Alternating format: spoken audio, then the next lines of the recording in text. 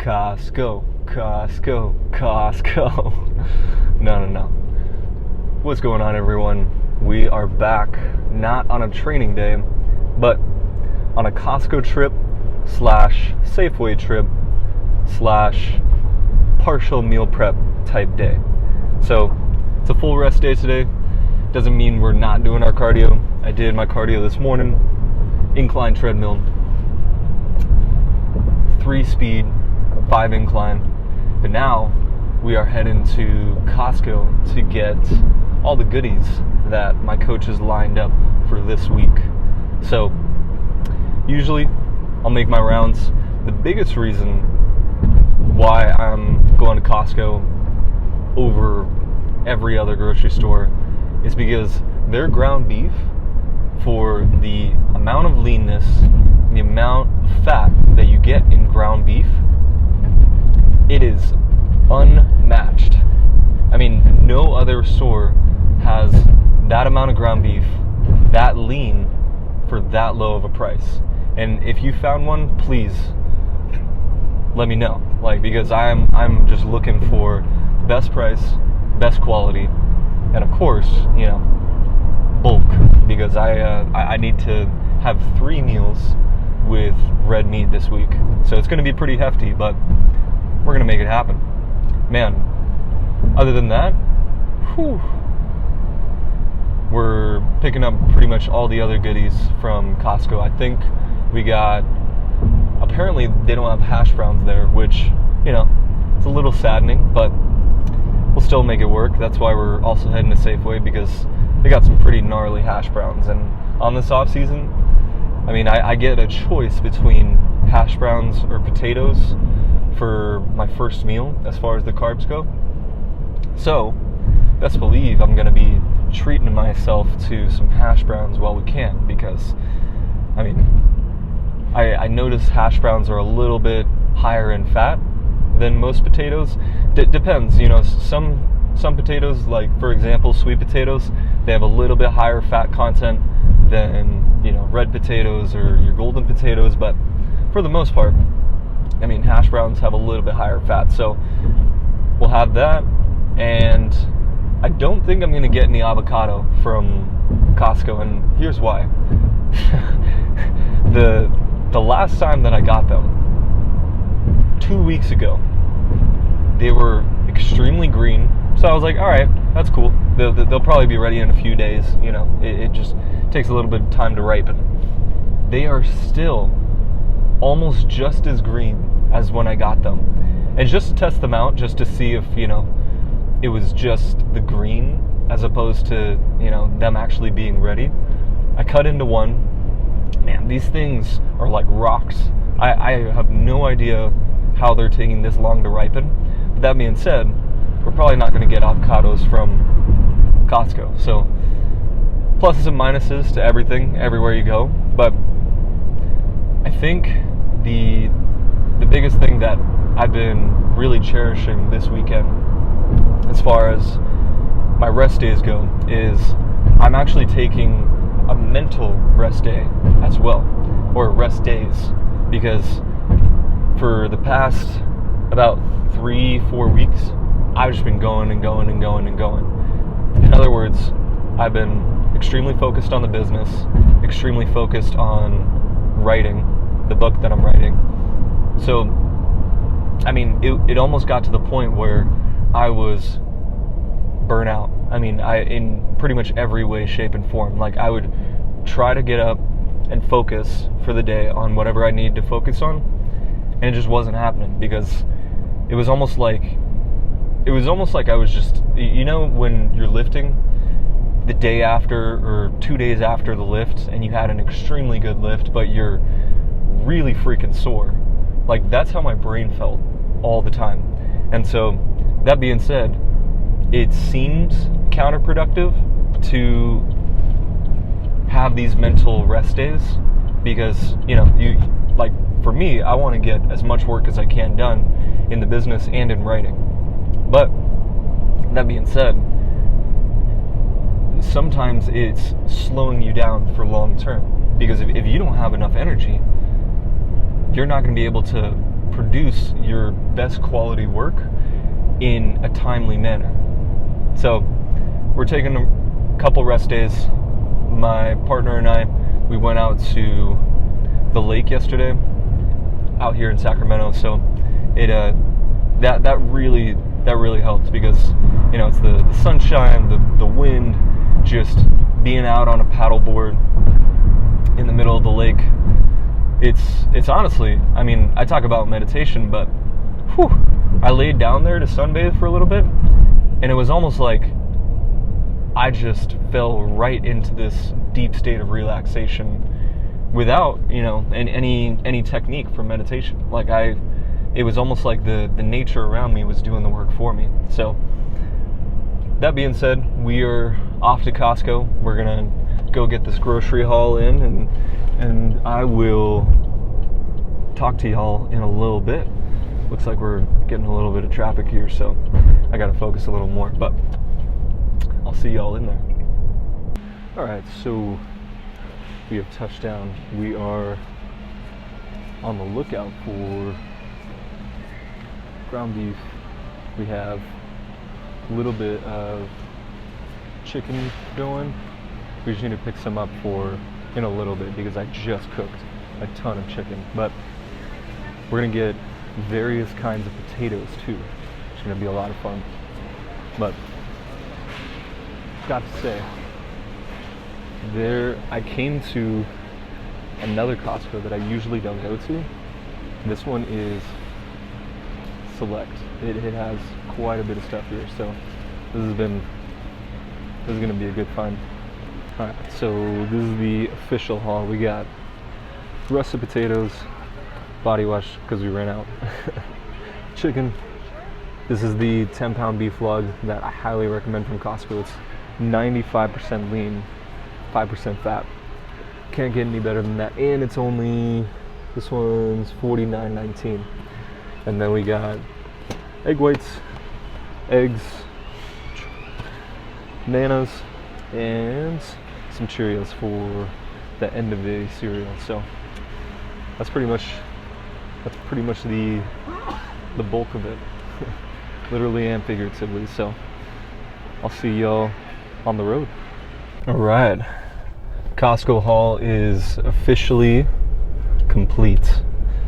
Man, it was freaking busy in there. So that one clip or two clips that I got in there, I tried to make them as quiet as possible, because it was hustling and bustling, and what else do you expect on a Sunday afternoon? So that was expected, but we are all set now. The insight that I wanted to touch on, that I've kind of known about for a while, but I really didn't feel the impact until I did it, was in the middle of a meditation last night, right before I was going to bed. I was basically almost trying to feel a certain way, where I felt like I was in this flow and, happy, content, concentrated, sharp. Just all the right things, and that was about a week ago that I was feeling all these things, where everything just seemed to flow really, really nice. And then, pretty recently I felt like my mind was just a little too busy. Like I wasn't, completely on point, because I was just overthinking a lot of the time. Like I was just thinking about what type of content to create, the direction that I want my business to go into, all these different things, just random stuff. And it was almost like I couldn't just concentrate on one thing at a time. And so that being said, it was until last night that I kind of had this, reminder, because I kind of already knew about this before, but it's this way of just kind of being or doing what you can control and nothing else. Because a lot of those thoughts that I was having, overthinking, whatnot, those were all a product of trying to feel a certain way. And so my mind was trying to come up with all these different thoughts and feelings and perceptions and ways of being that would bring about that same feeling of flow that I had before. But in reality, that was not, that's just not the truth. That's just not the kind of flow that we can feel in every single moment, because every single moment is completely different. It's not you trying to relive something and trying to do something over and over and over again, it's just not going to work. I mean, you're literally living in the past, and you're trying to muster up this certain sense of feeling in the present that you felt before. So the Stoics, like Marcus Aurelius, Epictetus, I love that name, such a cool name, all those guys had this one thing in common. They only did what they could control. And that's what I took away from last night's meditation. Only do what you can control, and leave the rest to just do its thing. I mean, for instance, if you're meditating outside and it starts to rain, I mean, unless you have mastered the freaking weather and you can summon a rain cloud like that, I don't see you being able to control something like that. Speaking of, tripod falling down. 1 second, we're back. But things like that, random stuff that just happens. Me driving right now, I had to make an abrupt turn, tripod falls down. There's only so much you can control in that situation. So that's the thing, you can always control your reaction, and as corny as that sounds, it's true. I mean, I was trying to control the way I was feeling throughout all these different life things that came up, and that's okay, but just know that that's not gonna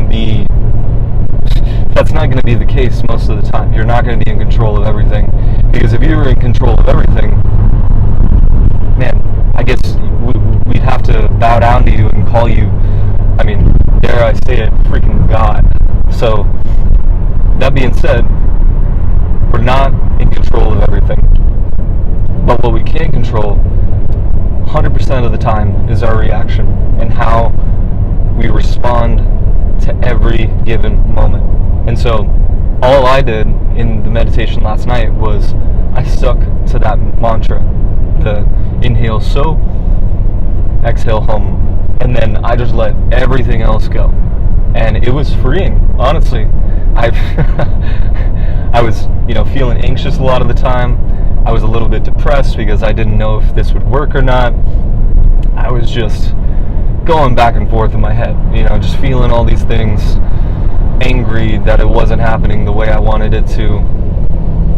But at the end of the meditation, I did that enough times that my mind was pretty freaking quiet. So that was a huge learning curve for me. And also another learning curve is with that control that you have, whatever it may be,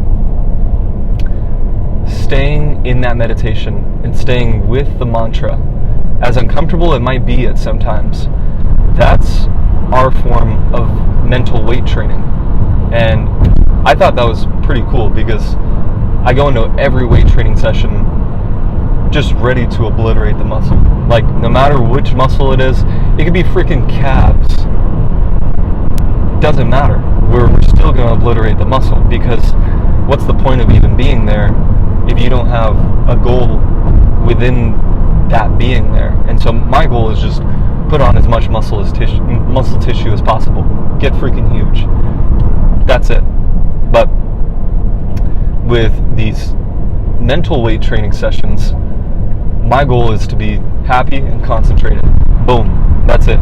But there's a catch. You cannot have the expectation of being happy and concentrated. But you can have a system. Just like with weight training. You have a training program. That's it. With meditation, you have your mantra. That's it. And so, keeping yourself to what you can control, I mean, that's as simple as it gets. And as we all know, there's that other corny saying, simplicity scales, complexity fails.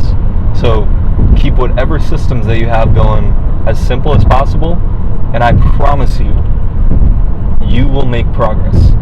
So just make sure those systems are proven to work. Like transcendental meditation. You can do all the research you want. There are hundreds of peer-reviewed studies over the years on transcendental meditation and its effects on people. So things like increased concentration, increased creativity, increased emotional intelligence, increased IQ. I mean, all of these different things.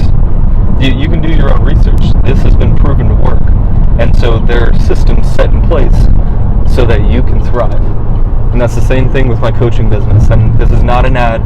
It's just the systems in my coaching business have been proven to work. And so the fun part is figuring it out individual to individual, what works specifically for them. Because there are generalities for the systems I set in place in my coaching business, but some people might be lactose intolerant. Some people might be coming back from an injury. The list goes on. Every person is completely different. So, that being said, that is, I guess, my friggin' rant for the day. But, in summation, do what you can control. Let everything else go.